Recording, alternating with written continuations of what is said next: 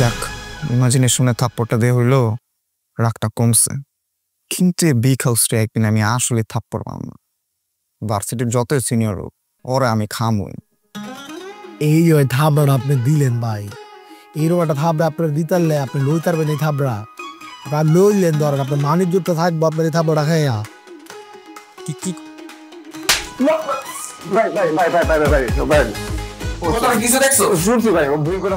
ছোট ভাই না, ছোট ভাই মাফ করে দেন, ঠিক আছে? আর হইব না এমন, ঠিক আছে? আপনার কথায় আমি সরি ভাই। কি আর মাফ করে দিবা এই বেটা? থাপড় দিচ্ছে আমার, হ্যাঁ তো কান চাপা গরম করে নেওয়া উচিত। তো বড় বেয়াদব ভাই, কি করছি? সরি বলছি আপনার পক্ষ থেকে আমি। সরি ভাই, মাফ করে দেন প্লিজ, ঠিক আছে?